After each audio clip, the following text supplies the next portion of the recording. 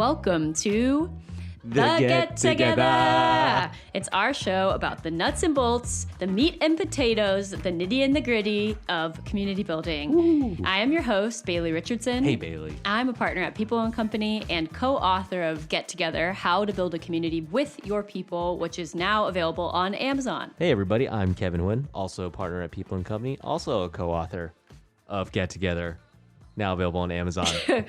Also a friend of Bailey. Yeah, a friend of mine. You also have an author profile on Amazon. I've got an author which, page. If you didn't know, that does exist. We've got these like complimentary photos too. It's like the same background. Matchy. Match up. Moving on. Each episode, we interview everyday people who have built extraordinary communities about just how they did it. How did they get the first people to show up? How did they grow to thousands more members? Today, we're talking to Bree Nguyen, the original online fan community master for music stars, the kingmaker of music stars of the 90s, TRL whisperer. Woo, woo, woo. And if you've read our book, you know the bonkers story of how Bree got hired by her idol, Mariah Carey, as a 16-year-old in 1999. Crazy. But if you don't know that story, I'm not going to ruin it all for you right now. You'll just have to tune in.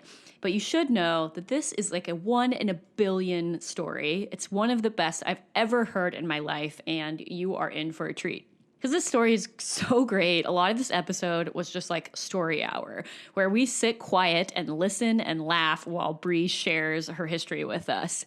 But we didn't just want to talk to Bree about her experience with Mariah Carey. We also talked to her in the episode about how she organized and invested in fan communities over and over and over again successfully because she had a clear strategy and clear insights about how to do that no matter the group. Kev, what stuck out to you about our conversation with Bree? You know, Bree's story is an ode to the power of paying attention to who keeps showing up. Both with, how Mariah's team saw Bree, super fan, and though they didn't understand what was happening on the internet, they did reach out and, enable this internet kid to help Mariah, get a video on TRL and beyond. And also, Bree talks about paying attention to, other Mariah fans. And then as she goes on to build out the fan communities around other artists, the power of, noticing who keeps showing up, noticing the most engaged fans, personal outreach if one stops voting for a single day, and understanding kind of that hierarchy of hardcore fans versus lurkers versus the people who are rising up as leaders within the community. Really just paying attention to who keeps showing up and the, how those people can really be catalysts and change the direction of a whole group. Groovy. Love it. Love you too. All right, let's get into it. All right. I'm going to cuss. Holy shit. I'm so excited to have you on the podcast, Bree. I've been dreaming that you would let me do this interview for seriously like 2 years now, like ever since I first heard this story. So thank you for giving us our time. We're so stoked to be talking to you today. I'm so excited to be here. It's been a really fun journey with you guys, with the Get Together book and everything going on with you guys. I'm super excited. Yeah. So, go ahead. Bree's in our book, which y'all can read the story, like spoiler alert, if you've already read it. But we're going to jump right into hearing more about your personal story, Bree. We like to say that if you're someone who's organizing a community, you can't fake the funk. Like, you have to be passionate about the thing that the community is passionate about. So your story really begins with a personal passion. You were a fan of Mariah Carey. Can you take us back to like teenage Bree, and just what drew you to Mariah Carey in the first place? Like, tell me about falling in love with her and that passion. Okay. Well, and then everybody else needs to put themselves in their 12 or 13-year-old self, like when you're really searching your own identity and searching for things to express yourself before you knew, how to do your own expression. So you have to put yourself in that teenage mind. I'm a 90s kid. It was Always Be My Baby. So I was a little late in the Mariah game, but that's late in the Mariah game. It was late in the Mariah game, but I was like 12, so it was like around that age for me. The song is amazing, but then I'm biracial. She speaks very openly about biracial. Now it's pretty common to see biracial people, but growing up in the 90s, I think I was one of a handful of biracial kids in, a 4,000 student high school. So that was something I really connected with. Her lyrics are personal, all of this stuff. So it just became all consuming for me. My 6 CD changer, was all Mariah. Yes. It really was expressing myself through her songs, right? There's Mariah posters on my wall next to the JTT ones. Oh yeah, and JTT. that became, yeah. It's a pretty typical teenage, idolization of your favorite music artist. One of the interesting things too is that in the 90s you were in that first wave. I mean, I was in it too, I think, of people who had fandom like through the internet. So yeah. Like, can you tell me about that and how that showed up for you? You're a pretty internet savvy person. Yeah, I was lucky that my dad is a computer engineer. He's a software engineer. So we always had computers around, and I had a computer growing up playing games and stuff. Oh, same with me. Yeah, so that's one of the reasons why I was on the internet early. But what really did it, and this is a true story, is every day I remember he would come to dinner and he would just like randomly say something to connect with me, and he would say like, did you know Mariah Carey was born in Long Island, New York? And I was like, how do you know these things? Like every day I was like, where are you getting this information? And this is before the web. He was even on news groups, right? And he's like in this Mariah Carey news group. Oh my gosh. And I was like, I need to be there. I need to be there. So that's actually what started my foray on the internet. And so this is like the mid 90s. So he got me set up, and I literally, that's all I did on the internet was like cruise these Mariah Carey news groups to learn anything and everything I knew. 2 years later or so, AOL would come and all of that. So I got into the web, and the web was relatively small still. So there wasn't a lot of fan sites yet. I have a lot of time on my hands. I'm 14 years old, not a whole lot going on except for soccer. So like that was like my big to do, so I spent a lot of time on the internet just reverse engineering things that I wanted to do. So reverse engineering a fan site. And again, this is, as a teenager, was my form of expression, right? It's my version of putting posters on the wall. And people always ask me, like, how did you learn how to build websites? I'm like, I literally just started doing it. I would just reverse engineer HTML from other websites and tinker around, trial and error, until I started to actually learn the language. I want to get into the guts of what's going to happen next in your story, which I already know about, so I'm cheating. But one of the key points in our book is that community building is really about developing leaders. You find people who are genuine, you find people who are qualified to lead the community in a subgroup, and then you like empower those people. And this is what really happened to you. Like, spoiler alert, Mariah Carey pinpointed you out of a crowd of thousands, maybe millions of fans to like work with her to build the fan community. And I'm just curious, like, can you tell us the story of how you're just one of all these other fans on the internet reading about her, chatting about her? Like, how did Mariah find you out of that sea of people? Yeah, it was a crazy chain of events. So it's the year, I'm going to paint the picture. It's year 1999, please. Right? And so this magical time back then. But just to remind everybody, in 99, that was the year of Napster.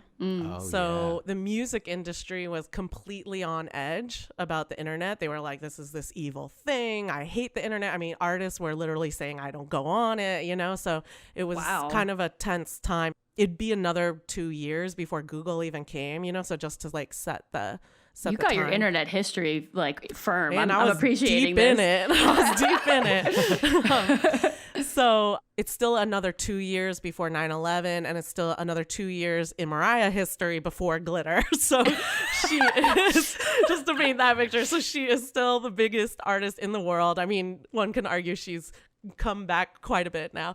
Anyway, so at the time she was on Sony Records, and they didn't have a website for her. So you're talking about the biggest artist in the world. They had a splash page up for the album Rainbow, that's the one with the singles Heartbreaker and Thank God I Found You. So the fans self-organized. So there was this message board already, because that was the extent of our community technology at the time. There was a big message board. I forget who owned it originally, but it was called the Friends of Mariah message board. Old school fans will remember that. And it was pretty strong. It was a fan paid for it. They took donations, things like that. It was about 50 or 60,000 members strong, which is Jesus. pretty big in 1999 for just Mariah. So now I'm 15 years old. In the thick of high school, I'm spending more time on this message board than to anything else. I remember like staying up till like 4 a.m. and then rushing to bed if I heard my mom get up or something. Naturally, I became quote unquote a community leader on there just from being present, to be honest. Sheer time spent. Yes, exactly. Sheer time spent. And to your point, the genuineness and authenticity, because I'm actually a huge Mariah fan. And we didn't just talk about Mariah things, right? It was everything. It was just a bunch of teenagers coming together around a common interest, Mariah, and we just talked about everything else, and we had different forums for everything. Little did I know at the time that I was one of the influencers, just because I was on there, I helped out, everyone knew who I was a frequent visitor. And I had, a bunch of my online friends there, just like friends I knew through the message boards, which is now is really commonplace. But then people were like, what? Fast forward a little bit. I had moved to Los Angeles to go to college that year. So I was 16 years old, FYI, like kid genius. Keep going. Yeah. So I graduated early. I moved to LA. So I was on my own in LA, which was in hindsight terrifying, but in the moment was amazing. In the moment I was like, I have no money, I'm awesome. I didn't know any better. Honestly, my innocence and naivete actually propels this whole story. I think if I had been older or more experienced, none of this would have happened. So luckily Mariah's a really good person and did not take advantage of me or anything like that. So what happened was Heartbreaker was out and the single was out and the album was about to come out, the Rainbow album. And I remember it was like a November release date. And again, they only have a splash page which literally just had the album cover and the release date. And we're like dying for more information. So 16-year-old Bree is just shaking my head at the screen, at the splash page at home. Yeah, I'm like, it's still again. But Sony Records last minute announces she's going to do a 3-city record store in-store signing. So they announced 3 cities, LA, Chicago, and New York. I'm in Los Angeles, so it was a really big deal because Mariah doesn't tour very much or didn't at the time. And she was coming to the West Coast. Everyone's freaking out. And she was going to go to Tower Records on Sunset on a Friday in November and sign CDs. So the message board is blowing up. This was a high activity day, people begging their parents, figuring it out, logistics, people driving in from a lot of places. So everybody starts posting on the board, like, which one are you going to? Which one are you going to? So I write, I'll be at the Los Angeles one. And because I'm an influencer, people latched on to that. So a lot of people were looking at me. They were like, oh my God, Bree, let's meet up when we're there. So it became like a friend meetup too. Like I'm going to finally meet a bunch of friends that I've been talking to for a long time. And we're going to meet up before the signing. And so the thread became really big about, Bree going to the LA one. And there was a woman that posted that I remember she lived in Brazil or something. And she was begging me on the message board, please, Bree, can you give her my letter? I'm never going to meet her. This is my dream come true, this whole thing. And it was this really kind of heart-tugging thing. And it was on a public message board. So what was I going to do? Say no to publicly in front of everybody? So I replied like in a 16-year-old self, like, I don't know if I'm going to meet her, but okay, just send it to me. Because I felt weird promising something like that when I didn't really even know what was going to happen. But I posted my email address for her to send me an email. It was carryon327@aol.com. Oh my God. Carry on. So I logged off of AOL, and go on with my day in classes and whatnot. About 8 hours later, I come back to my email and thought I had a virus or somebody hacked into me because I had something like 5,000 or 6,000 emails. Boom. Which is great. I don't think I've ever had more than like 14 emails like up until this point in my life. Yeah. So I was freaking out at first because I didn't understand what was going on. AOL like froze downloading it. And what I realized, it was my very first lesson in viral marketing, which was when you take an influencer and an on-demand, a hot demand message that I was going to give a letter to Mariah. Remember, it's 10 years still before Twitter gets invented.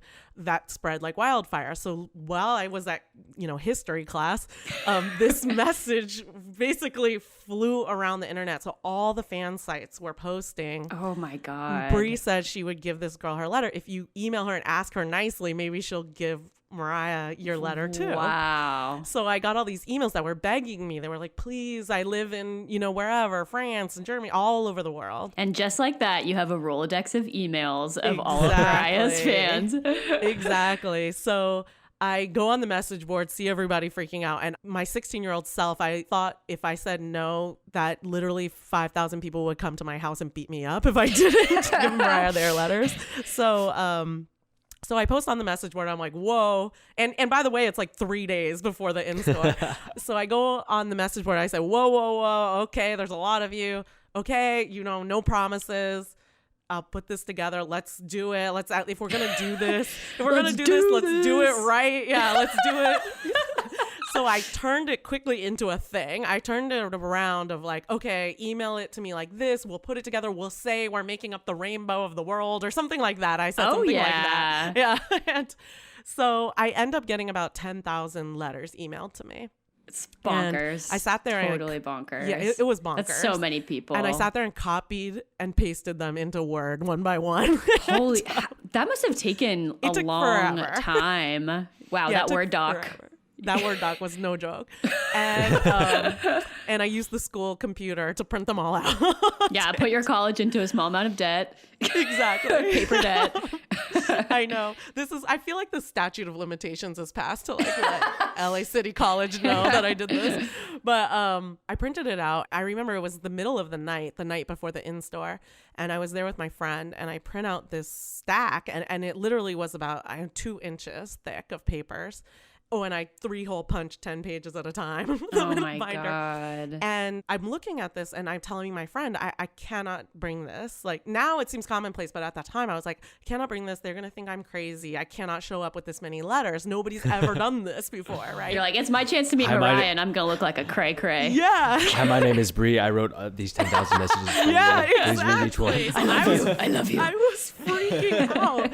And so my friend was like, calm down. Just you write a letter on top and just explain what happened. Wow. Crucial decision. So I was like, okay. So I wrote a 2-page letter. Since it was my book, I figured I could write more than a page. Yeah. That's right. I limited everybody else. Because you had 30 paper cuts on your fingers. Yeah. And I wrote a letter that basically explained this whole thing, what I just said. There's the message board, et cetera, et cetera. And signed, Bree, by the way, I'm your biggest fan. I love you so much. Here's my social security number. And all my Here's my contact information. Yeah.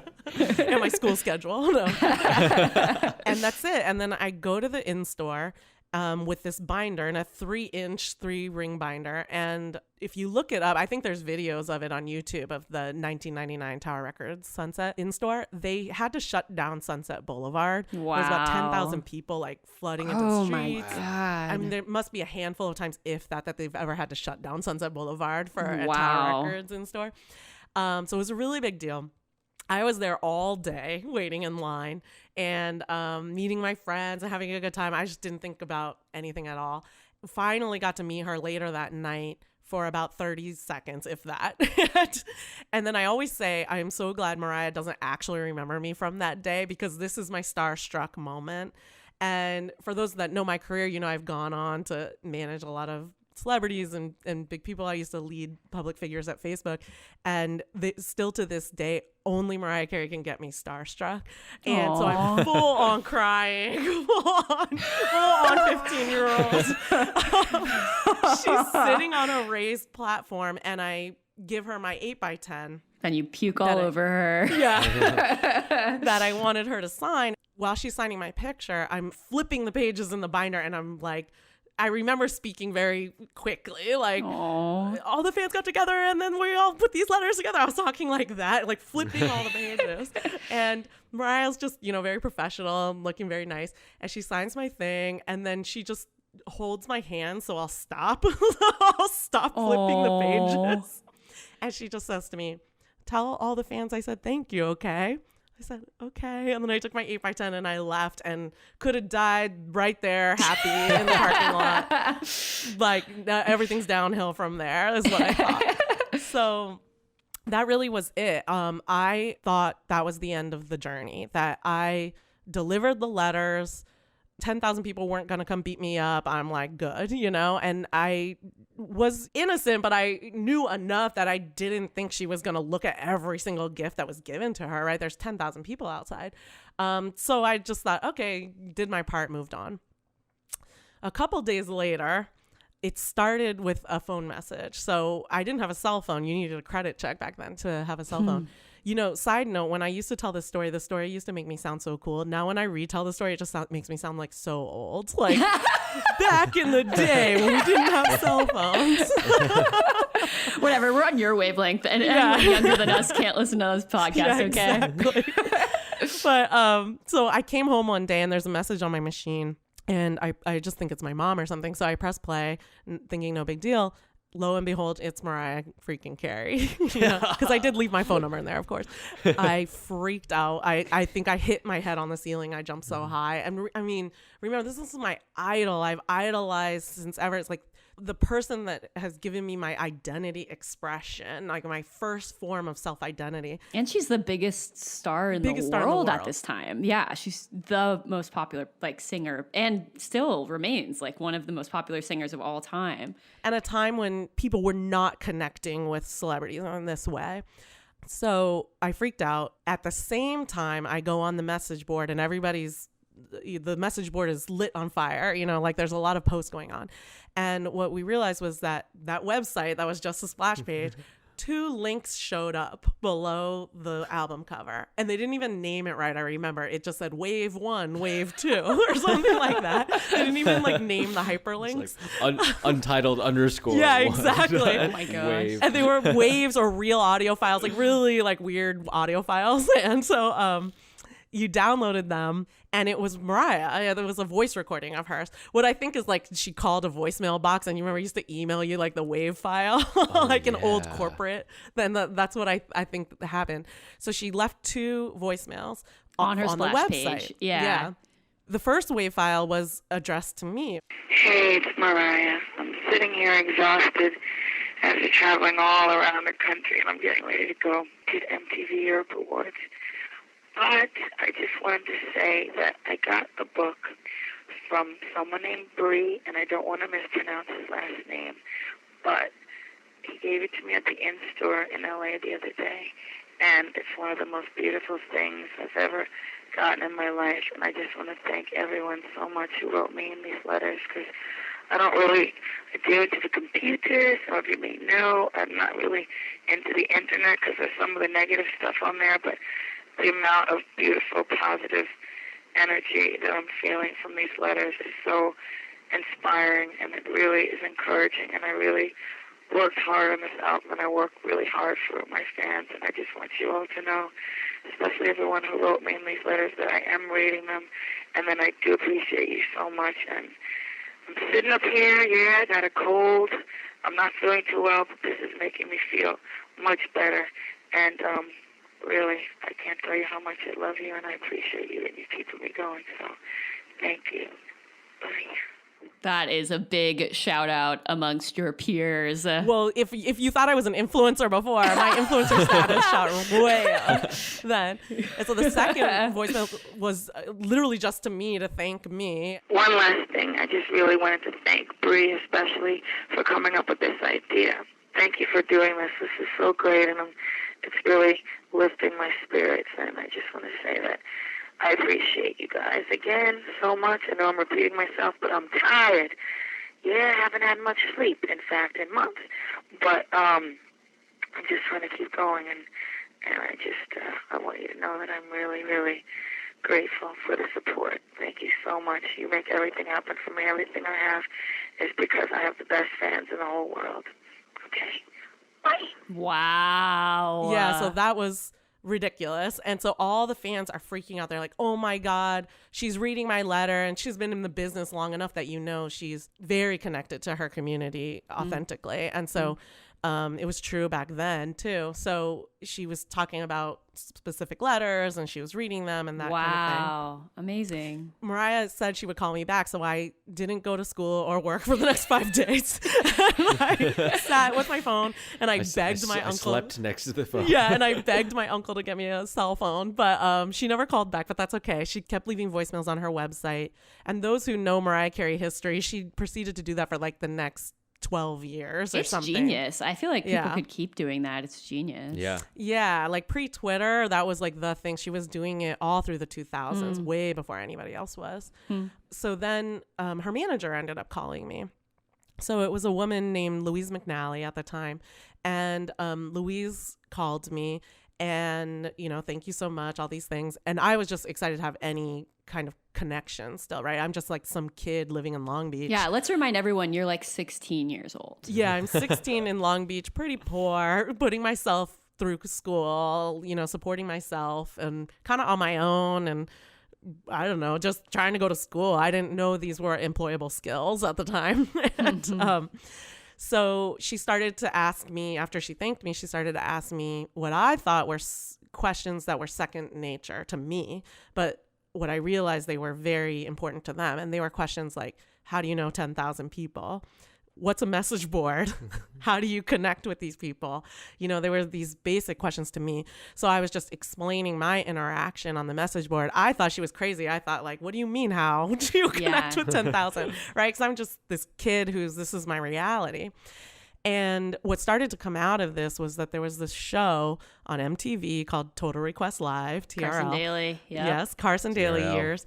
And this is 1999, so it was the height of TRL. And at the time, if you got your music video on TRL, you drove record sales. So it still drove sales. A couple 100,000 records would get sold. So it was a big deal to get on the countdown.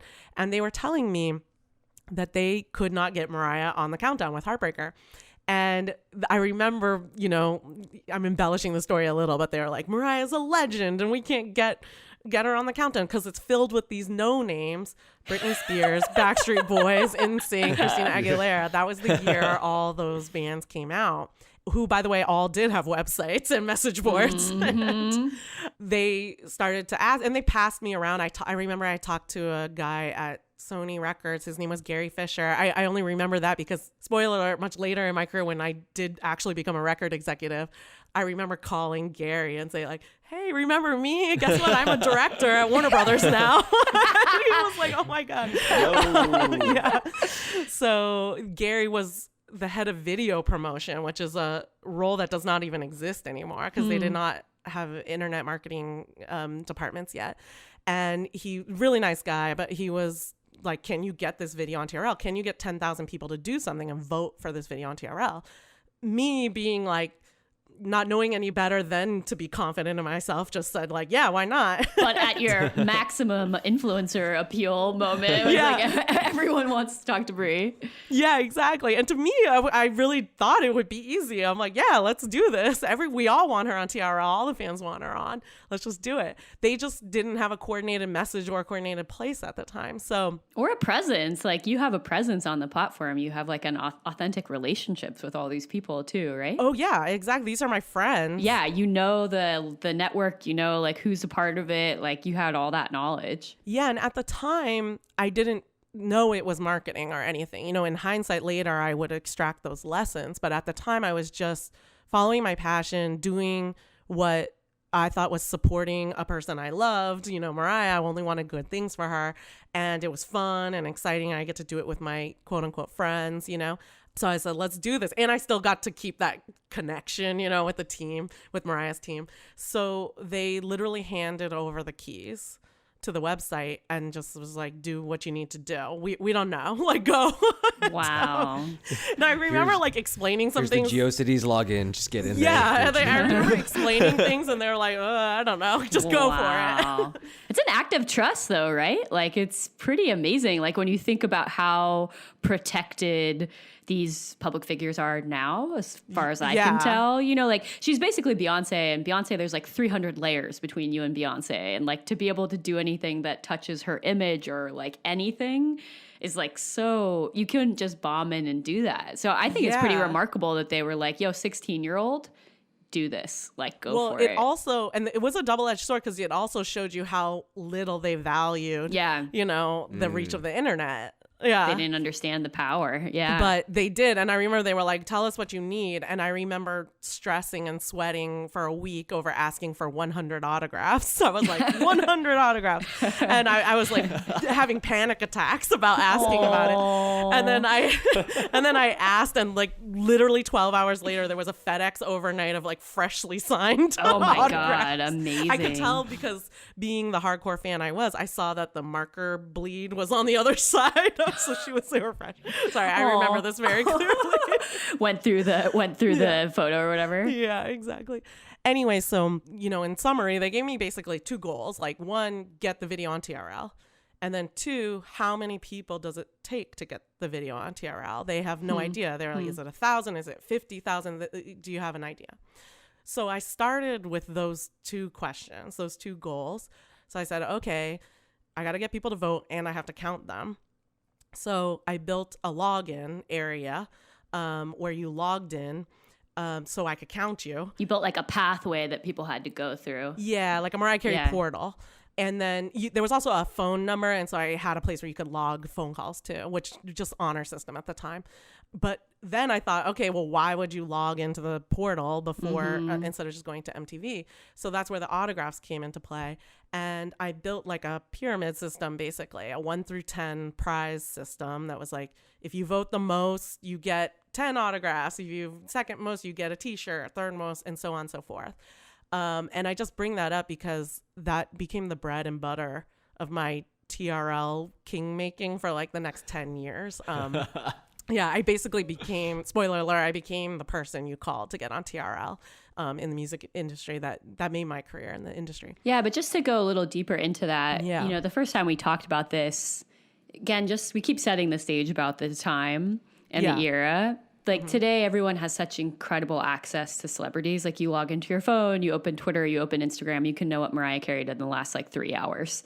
Right. At the time, access was so difficult, and you're able to understand as a 16-year-old fan what people want, like what motivates people, and you're able to kind of be that bridge between Mariah and her team and metering out access in some ways. Like I know that there were signatures, but there are other forms of acknowledgement, right? Of giving people who like did something for Mariah kind of acknowledgement in return to feel seen, to feel appreciated. Absolutely. And it's still the framework of how I would approach community building today. It just, different things excite the fans now, because to your point, access is everywhere now. So access may not be the thing anymore, but that doesn't mean there's not something that drives the fandom. It just means it's something else. Maybe it's personal, maybe it's a personalized thing, maybe I don't know, you know, but the framework has stayed the same. And that's why even when I said that this became the cornerstone of my career for the next 10 years, I adjusted for each artist. You know, other artists I worked for were like Michelle Branch and Ashlee Tisdale and My Chemical Romance, Linkin Park, people like that. So obviously, like the plan I did for Linkin Park was not the same as Mariah, but it was the same, actually. The framework was actually exactly the same. The answers were just different. The answers to the questions about what drove the fans. But I used message boards and this exact framework for 10 years. The exact framework meaning there's a space where the fans spend their time. Correct. And you build sort of like a bridge between the people who are spending their time on a fan board and a way for them to help push the career forward of the artist that they loved. And you kind of created that loop of like holistic reciprocal acknowledgement. So like if someone did a lot of work to help the artist acknowledged the fan. Is that kind of the framework, or is there better ways to break it down? No, that's exactly the framework, except there's another piece to it that we missed. And the next piece of it is actually the hierarchy of the fandom, which actually still exists today. And again, this is not just entertainment related. This is really everyone. And the hierarchy is the subject that everyone is communing around. So in this case, Mariah Carey, but it could be whatever. It could be art or whatever the community is about. The God in human form. Yes, Yeah. exactly. And then there's like a second layer, which typically are like the moderators or the people everyone knows in there. And there's a third layer, like the hardcore fans and so on and so forth. And that actually was the key. I thought about communities in that way even then, because I was so aware I was, at a certain point in the hierarchy. But later on, I would use the framework of, am I serving each of these levels of fandoms? Not everybody, is living and breathing Mariah like I am, but they still consider themselves a fan. Don't discount that. They have different, like we just said, what does the community want? Even each of these layers is a little bit different. And what I saw is when you feed each of those layers the right way, your message, quote unquote, your marketing message or whatever it is, doesn't get lost in a vacuum. So really feeding that hierarchy was really important and still is. Again, that is the bread and butter of how I've built communities even today. So you're saying it's understanding those segments or those sub-communities within a community. Correct. Where there are going to be leaders, there are going to be potentially more hardcore fans than maybe more like in and out fans. And if you come with one message around like, hey, this is what we would love you to do or what we need or what's happening right now, it's not specific enough. It doesn't like feed these different parts of the ecosystem. But if you were more specific, you can accomplish more together. Exactly. And when I say the message gets lost in a vacuum, it means it just goes away. It just falls with a thud to the bottom and it doesn't really resonate with any of those layers.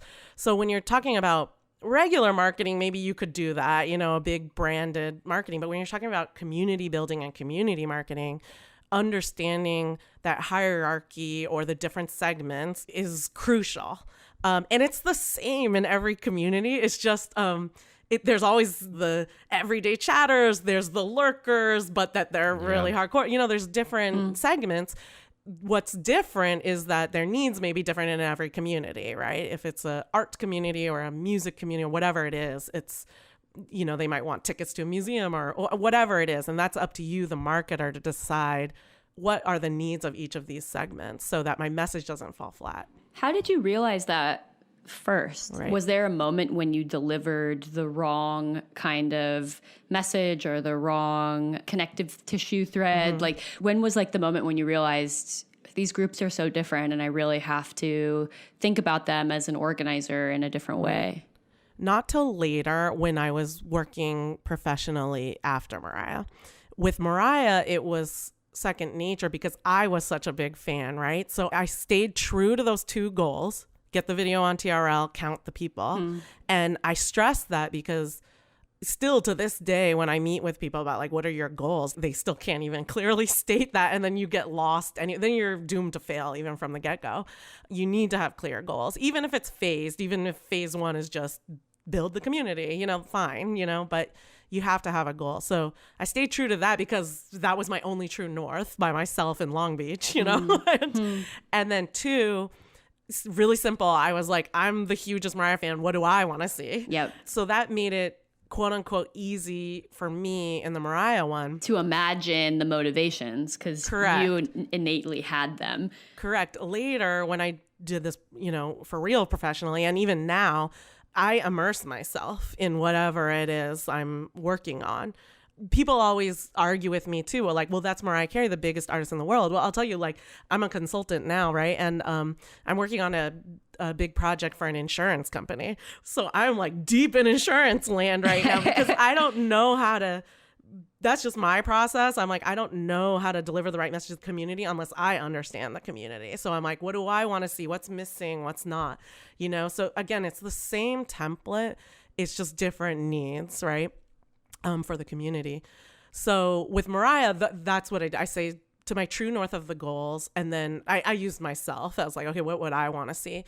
And that typically resonated pretty well. Later, I naturally focused on the people who were the most active voters. And that naturally led to me focusing on the upper end of the hierarchy, meaning the most active people, the people that are logging in every day. It's so funny because in our book, we have a section of a few stories that talks about how people who really care are more powerful than people who don't. Yeah. And sometimes one person who really cares, who's just a member of the community, can change the course of an entire group. And you're an example in that. That's like the point we're making, is that like one person who is a 10 out of 10 or a 15 out of 10 passion can do so much to contribute to the directionality of the group. But if you have a bunch of people who are like 2 out of 10, right, like they count as the same number of people as you, Bree, as like a total number of fans. Right. But what you're doing in terms of adding value is so much more. Like those folks are so valuable. Absolutely. And like I said, I'm immersing myself in the community even today, is the key, because if I don't believe the message that I'm sending out there, how the hell is anybody else supposed to? Right. So I really, every marketer has their own process, but that's really my process. I like to really immerse myself in whatever it is. So close out the TRL story. What happened? You built the portal. We built the portal. So we launched, right? And so made a big deal. So I had to, let people know this was happening. Like, guys, we have to do this. This is coming. So every day, because I didn't build the website overnight, I just started being really open with everybody on the message board what I was doing. Like, I'm building this site. Okay, I'm doing this. I need help with this. And I had a team of 10 fans that just reached out to me and said I could help. And they were posting news stories because I said, all these fan sites suck because they never get updated. We got to keep it updated. So I had this team of 10 fans that were constantly updating the website with random creating leaders. Love it. Yeah. And so we had the whole team, and it was 24/7 being updated all around the world. So that was really cool. And everybody was just excited to be part of the project, or the people we picked, were usually hand raisers that wanted to be part of it.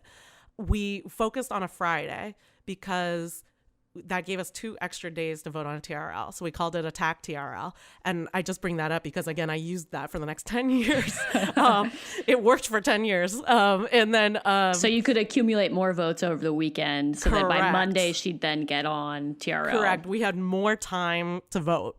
Instead of 24 hours. So you would kind of focus on okay, Friday is our day for voting. Our shared activity is Attack Friday. This is the day. We're doing it every week. And it made it more of an event, and a build up instead of just vote randomly every day. Yep. So we made this big deal. We made all these Attack TRL banners, I remember. And they were Attack TRL Friday. And then all weekend, people were Attack. And then I had that counter going, and it was just blah, blah, blah, blah, crazy. Wow. So lo and behold, Monday morning, it debuted on TRL, and everybody freaked out. And I got messages on my now cell phone that I had while I was in class. Because remember, I'm still a freshman in college, a 16-year-old freshman. And I remember getting out of class. It aired, in New York first. So I got out of my 9 a.m. class, and there was 5 messages on there from Mariah's manager and the label, and everybody saying, "Oh my God, it debuted." So they freaked out. And after that, they were whatever Bree needs, give her. Wow. Because there's this whole team of record executives at Sony Music that could not do this. So we just kept focusing on TRL and kept doing it. Now, this is about a month has passed, and I haven't talked to Mariah again at all, just through her manager. And messages were going up on the website. So every once in a while, she would say, mention my name or something. But that was it. So just to close this story out, because then you got to end with the big Mariah ta-da, is that then her manager called me and said, the Billboard Music Awards are coming up. So they used to be in December then. In Vegas, Mariah's getting Artist of the Decade with Michael Jackson. So male and female Artist of the Decade. Mariah wants you to come to Vegas and be her date to the Billboard Awards. Oh my God. Say thank you. I didn't know that. Oh, you didn't know this part of the story? No, I didn't know you were her date. Yeah. So I was her guest. My and God. So they That's sent amazing. me tickets. It was a couple days before, and it was on a Wednesday, and I'm I guess I'm not going to school. So I didn't tell my mom at the time. Oh my God. I can't believe you're not like a Disney movie, basically. Oh my gosh. I think the time has passed. Now I should have made it a Disney movie 10 years ago, but now it just is like the land before cell phones. But so I went to the Billboard Awards, and then actually crazier part of the story is they called me the day before the Billboard Awards, and they said they had 100 tickets to the Billboard Awards because they wanted fans there when she got her award, and they wanted to do this whole thing. You can watch it on YouTube and see when she gets her award. So they were like, we don't know what to do with these. So Mariah said to give them to you. Oh my God. Because you know 100 fans. So. Wow. So all of a sudden I had 100 tickets too. So my influencer status continues to rise. Major jealousy starts to rise in there. Yeah. God. That's so wild. I just went to the message board and was like, who wants to go to Vegas on Wednesday? Wow. So we go to Vegas on Wednesday. They had a big party bus waiting for us. They had the limo with her. We go watch her get her award. And then that finally was the next time I got to meet her. In her mind was the first time, which I don't take personally. She met 10,000 people the day that I met her. I was glad because I was much chiller and cooler. Like the crying was out of my system by then. We were waiting all night in the backstage area because she had to do press, all these things. And so it was 2 or 3 in the morning, and we're tired. Everybody's sitting down. And I remember, but again, this might just be my memory warping, the double doors like flying open. And her coming in, but I don't know if you've ever been in a room with a big celebrity, the energy just comes really up when they have that aura around them. So the energy in the room just like came up, and she comes in and it's buzzing, and I'm somewhere in the back, and she's just like, okay, where's Bree? Oh my God. I'm like 16 years old, right? So I'm like, hello, I'm over here. But she comes over, gives me a hug. She's like, thank you so much for everything. And then we had a little exchange. I made a joke or something. And then we just kind of clicked by then, because I think it was the moment when she realized this is just a genuine, excited, young kid, not. And super capable too. Like, not somebody rocked that it. she has to quote unquote worry about, And typically Mariah's very close with her fans. Those fans who are in her community know that. Like, she has a very special relationship with her community, obviously.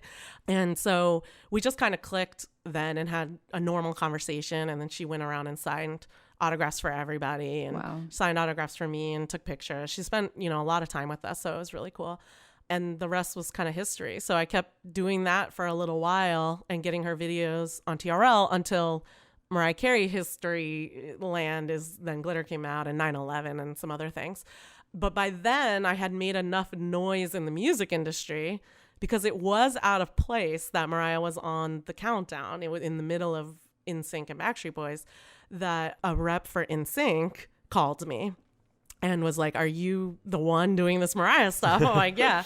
And they had a digital marketing company. company. Kingmaker? Yeah, they were big, but Bye Bye Bye wasn't out yet, so they weren't like huge yet. They were in the studio recording Bye Bye Bye. And so that was the next step in my career, as I went to work for NSYNC. Oh my God. Biggest, 17 years old, the biggest year in their history. I think I've seen them live 32 times with backstage passes and tickets. It was awesome. It's just like, I was totally on the receiving end of all this. Like, I was just like, you were the puppet master, and I was got just all like, my marketing messages. Absolutely. Like, secondary wave. Which video was the Heartbreaker video? Is that the fight in the movie? Give me a love. Is that the one? Yes, Give me a with love. Jay-Z. I thought I remember seeing that premiere, me a like love. watching that TRL. Oh yeah, so I think now I it's saw that like- too. Yeah, you were in it. For this, everyone's like, who's listening to this right now is like all probably exactly our age, just being like, oh, I yeah. know. Okay, good. Go back to the 90s. Remember when you needed a credit check for cell phones?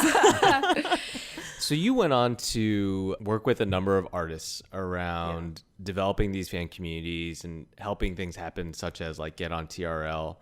How did you approach that strategically, and what what really held true and didn't hold true? Because I think it's one thing to, as you said, like do stuff from reflex as a fan, and then have to transport it to perhaps other fan communities that you're not immediately a part of. Right. Well, I'll talk a little bit about Michelle Branch. Because Michelle Branch was the first artist I worked with that we started from scratch. So she was still in the studio. Nobody knew who she was. She's my age. I think she's a year younger than me. So we're the same age. By then I was working at Maverick Records, which doesn't exist anymore, but it was Madonna's label at the time. Now it's folded into Warner Brothers Records. And I got lucky. I had an amazing mentor and boss. His name is Jeremy Welt. I still know him very well. He's, gone on to do amazing things. And so it was just me and him. He was the first head of new media, quote unquote, was what they called it in the music industry, new media. And so he was the first head of new media. I think there's a new media now, too. I know. But so stuff we don't understand, we'll throw it under new media. Yes, that's what it was. It was like the catch-all miscellaneous bucket of things the execs didn't understand. I was in a meeting once and someone said rich media. And I was like, the fuck is that? And it's like anything with like videos is like rich media. And I was like, okay. I know, because later when I went to Warner Brothers New Media, also we were doing like merch too. I mean, we were doing everything. Love merch. So it was just Jeremy and I. So I was really lucky to kind of have this seasoned guy. He was pretty young at the time too. I thought he was like this big grown up. I think he was in his late 20s at the time. And I was 18 years old when I got hired at Maverick. I mean, Jeremy hired me. And Michelle was our first artist. So met her when she was in the studio recording. The label told us, like, we think she's awesome. She has something, you should meet her, figure it out. So just met her in the studio while she's recording her first hits, which were like Everywhere and All You Wanted. Makes me want to sing every time you say one of these songs. I know. I'm it's gonna such a back. good song, though. Well, I'm going to go listen to Game of Love. Is that the one with the Santana? Oh, yeah, with Santana. Yeah, that was later after she already became famous. Yeah. But so we started literally while she was in the studio. And Jeremy and I talked a lot about that. We were like, we have to start early, because typically a music marketing timeline started 6 weeks before the CD came out. And we were like, no way, that's not enough time to build a community. We were 8 months, 10 months before the record came out. It sounds straightforward now, but our bosses were like, what? Why do you need to do this? I'm like, no, we need to start now. We can take pictures of her in the studio, all this stuff. So it was a big fight, I remember, to like start that early. And then the other part of it was getting Michelle on board. So this is also a key to my success, is just being able to explain what I'm going to do with the creative, with the quote unquote God, as you say, right? God in human form. Yep. Yes, God in human form, and get them to trust me, or trust the process, and trust also to be open and share and like all these things. And also for me to learn about them. Like I said, I have to immerse myself so I can authentically be a fan. And I definitely was a fan of Michelle's as I got to know her and her music. So that's what we started. We started a message board, and then she actually pitched us an idea. She called it Play It Forward, a twist on Pay It Forward.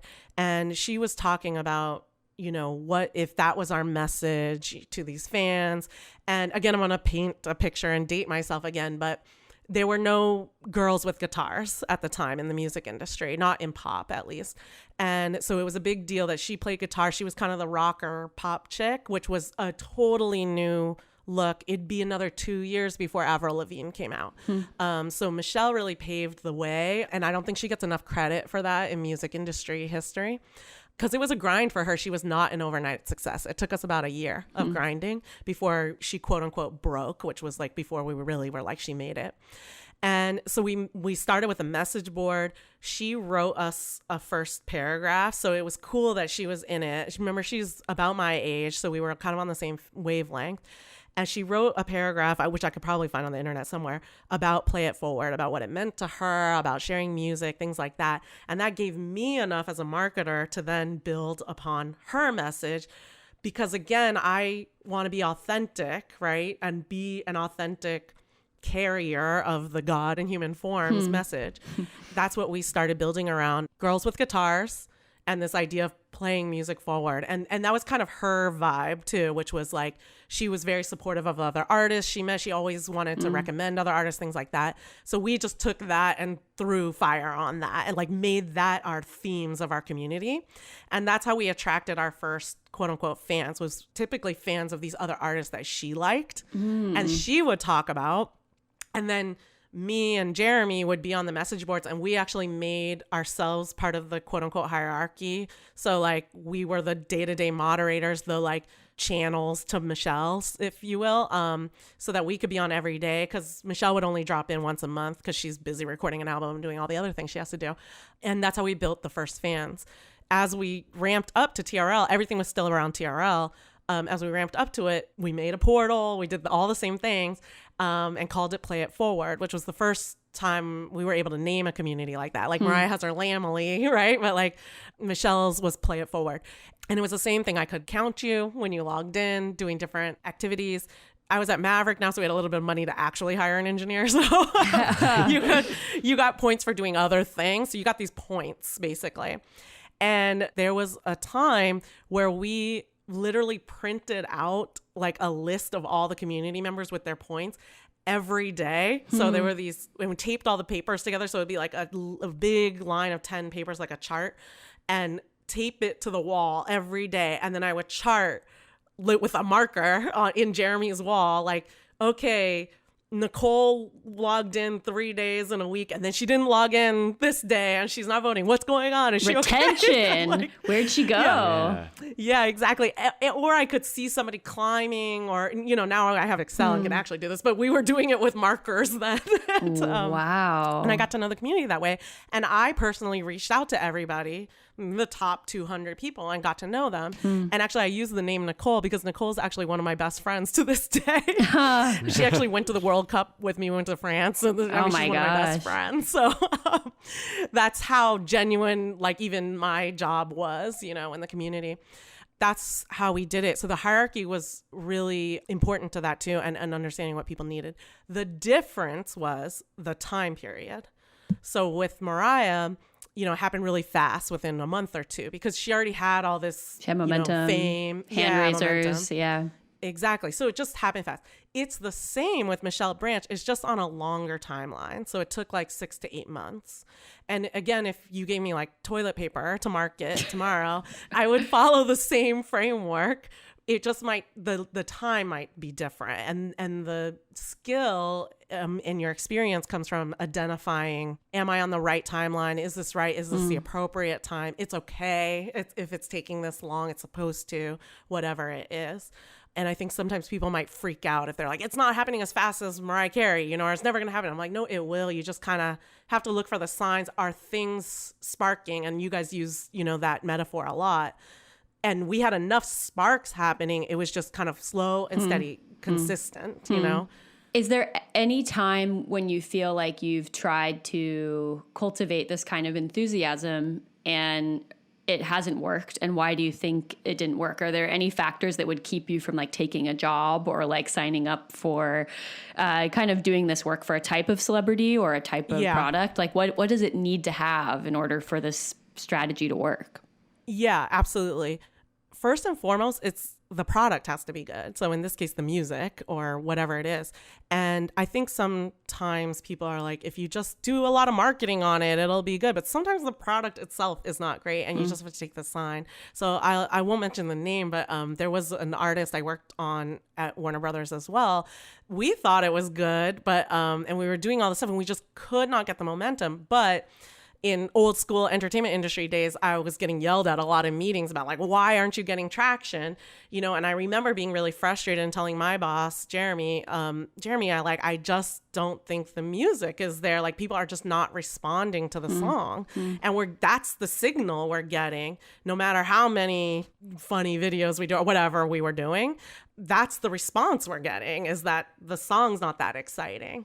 At a record label, that's not, they wouldn't accept that answer. But if I was running my own record label, I would, which I think they do better at now, is try to get an initial feeling, of like, does this even get response before we go after it? But so at the end of the day, I wouldn't take a job if like I just didn't believe in the product. And I've taken jobs where I've believed in the product and it just didn't hit, and it sucks, but at least I gave it my all and we tried, it was something I believed in. Yeah. Because it's really hard to market something that you don't actually believe in. Yeah, absolutely. But, I definitely have a lot of experiences like that. Yeah. Kai, our other business partner, says you can't grow a shitty product. Yeah, exactly. It's like, no matter how much marketing I do for it. Yeah. What advice do you have? And I understand that we're joking about how times have changed, but, based on your experience, seeing communities helping communities form around creators and also products, like what is your advice to someone, perhaps a creator who is like eager to develop a community, and not just like an audience or a general fan base, but truly, you know, a community around, you know, their work and what they care about? Yeah, that's a great question. I would say two things. One, I think you have to be really clear on your goal for the community. Like, the goal can't just be, I want to build a community to build a community, you know, for community's sake. Because you'll get lost in your direction. The community members will get lost. They're like, why am I here? What is this for? So it's important to really say, why do you want this? Even if it's a business goal, even if it's so I can promote my book or whatever it is, you don't have to share it. You just have to know it. You need a true north for it.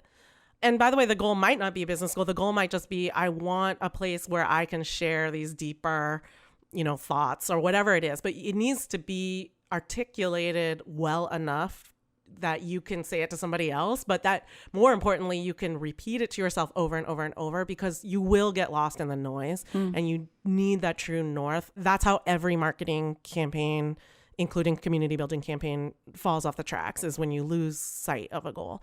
The goal can change, but you know, I like to phase things out, like phase 1 goal, phase 2 goal. And then the second thing is know your messages, because again, if you're not clear to yourself, how the hell is anybody else going to understand? So again, it can change and adjust, but start with something like your message might be, I love, you know, animal rescue, and I love whatever it is. But be clear to yourself so that it forms a thread in the message of everyday community interaction. Like, does this fit into that thread or not? If it doesn't, should it belong here? Or do I need to add a new thread? You know, you can ask these questions. Again, these are fundamental building blocks of community building and marketing. And that's where I see most marketers fail, is when they don't do these like building blocks and stick to kind of these pieces. Yeah, it sounds like it's in kind of like our terminology, we always make people write out a who and why. It's like, who is in this community and why is the community coming together? And that helps you design all of the logistical things, like how or what or when, but if you don't have that guiding light, you know, we talk to community organizers all the time that feel like they could do tons of different things, like, but the guiding light helps you say no in some senses. And sometimes it's uncomfortable for people to go through that process, or they're like, why am I doing this? Or this is hard or whatever. But that's why, because it's your true north. It's like, you have to go through it, even if it feels like a silly exercise to you. Yeah. It has to. I've just seen it, communities and marketing fail so many times from people not doing that. Yeah. The last thing I want to talk about is just that I mentioned this to you, Bree, but about like 2 months ago, I was walking down the street in Tribeca here in New York, and all these flash bulbs like start firing off in front of me, and I'm like, what's going on? Like, is Barack Obama here? And I turn to my left, look through the hallway, and Mariah Carey just like happens to walk right, like inches away from me.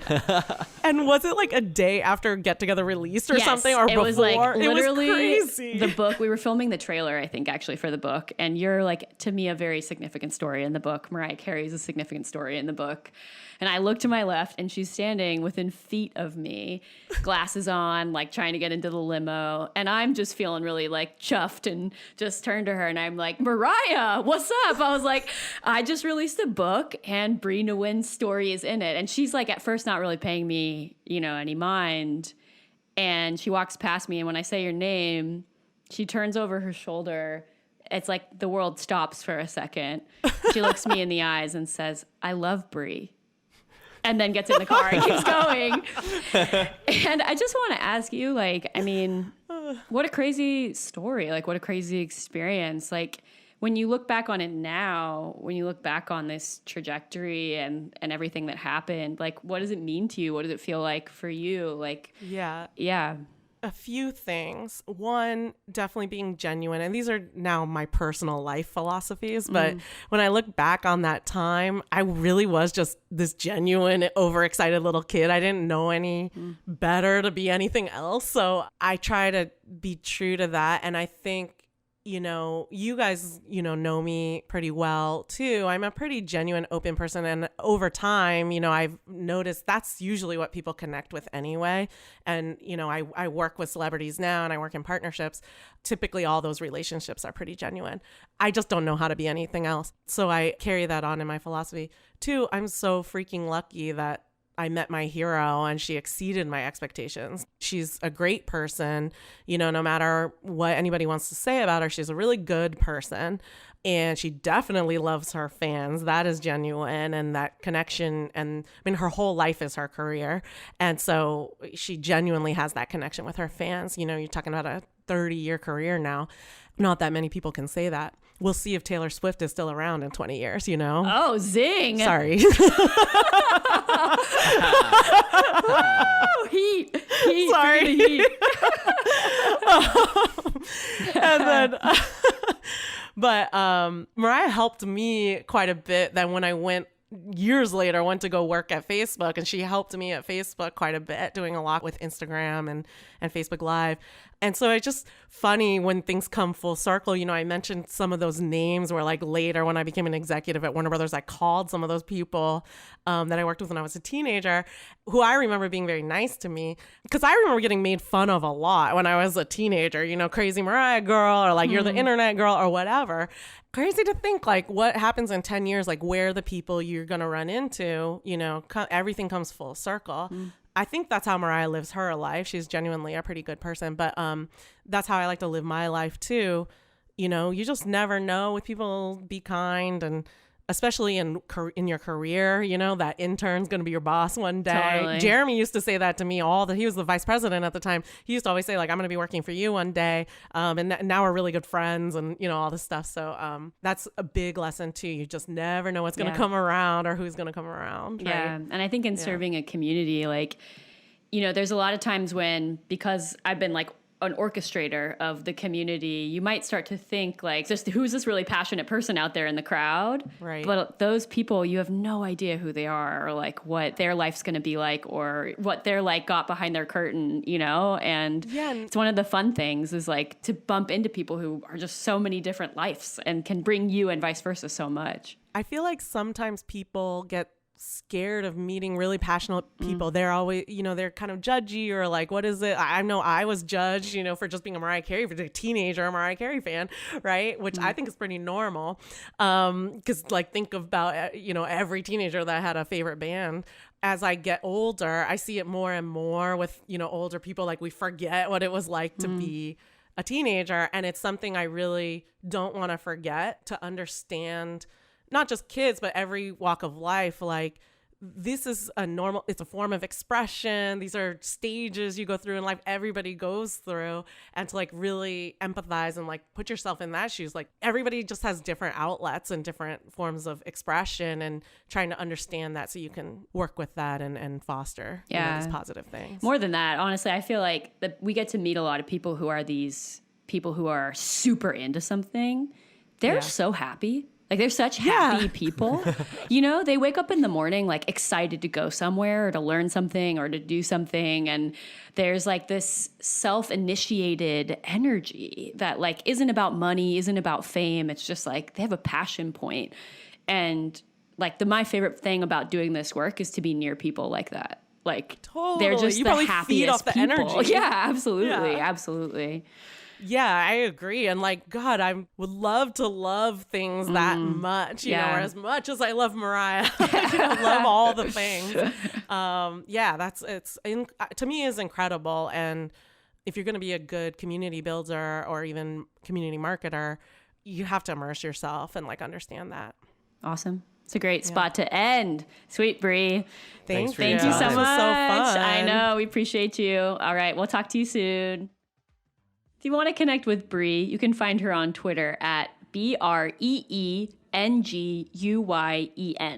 What up? At Bree Nguyen. Hey, Bailey, who is your Mariah Carey? Either grown up or now, overall? God. Who is... I don't know if I just had one. I did really like NSYNC, but I specifically remember being in the back of my parents' hoopty van driving up to Tahoe on a long drive and cutting out photos of Leonardo DiCaprio from Teen Bop magazine. The Yeah. cutting out photos. That's like That's the next level. Like I that's made a definitely collage sign. on like poster board of his Yeah. face. What about you? I don't think I had someone or something that I was such an extensive fan of.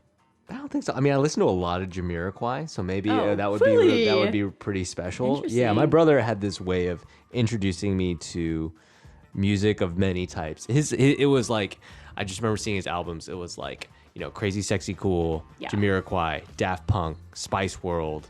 It was this wonderful mix that Yeah. I think showed me that, you can like any music you want, Kev. Yeah. But yeah, I'd be pretty psyched to like see Jamiroquai or Joseph Gordon-Levitt. He just, 500 Days of Summer just has a special. Love him. Did some things for me at a certain point in life. Yeah. I also, just to throw in the pot, friggin' TLC. TLC was a big deal for me. No doubt was a big deal for me too. TLC. Okay, God, this This one goes out to Chile. Anyways, you can find out more about us at our website, peopleand.company, so .company and not .com. Also, our book, Get Together, is on Amazon. Check it out, How to Build a Community with Your People. You can also find the link at gettogetherbook.com. It's full of stories and learnings, just like this one, including Bree's story. Yeah. Check it out. We would love you to just let us know what you think. And last thing, if you like this podcast, if you enjoyed it, please review it or click subscribe. It helps us show up in the podcast store for more people, and we notice it. Yes, attack podcast review. Attack podcast Friday. Attack Apple. attack Apple podcast. Okay. All right, Later, y'all. see you next time. Bye.